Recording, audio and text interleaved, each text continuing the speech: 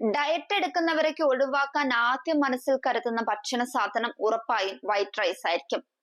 എന്നാൽ ആരോഗ്യ വിദഗ്ധർ ചില കാര്യങ്ങൾ ചൂണ്ടിക്കാണിക്കുന്നുണ്ട്.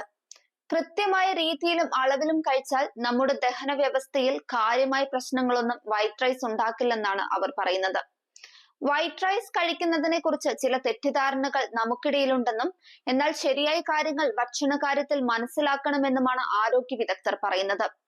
വൈറ്റ് റൈസ് ഉൾപ്പെടെയുള്ള ഭക്ഷണങ്ങളെ മാറ്റി നിർത്തുകയും നിയന്ത്രണം കൊണ്ടുവരികയും ചെയ്യുന്ന രീതിയിലുള്ള മാറ്റങ്ങൾ വരണമെന്നുമാണ് ആരോഗ്യ വിദഗ്ധർ പറയുന്നത്. നമ്മൾ എന്ത് കഴിക്കുന്നു എന്നതിലല്ല, പക്ഷെ എങ്ങനെ കഴിക്കുന്നു എന്നതിലാണ് പ്രാധാന്യമെന്നാണ് ചൂണ്ടിക്കാണിക്കുന്നത്. വേവിച്ച് തണുത്തു പോയ വൈറ്റ് റൈസ് വീണ്ടും ചൂടാക്കിയാൽ അതിൽ റെസിസ്റ്റന്റ് സ്റ്റാർച്ച് അംശം കൂടുതലായിരിക്കും.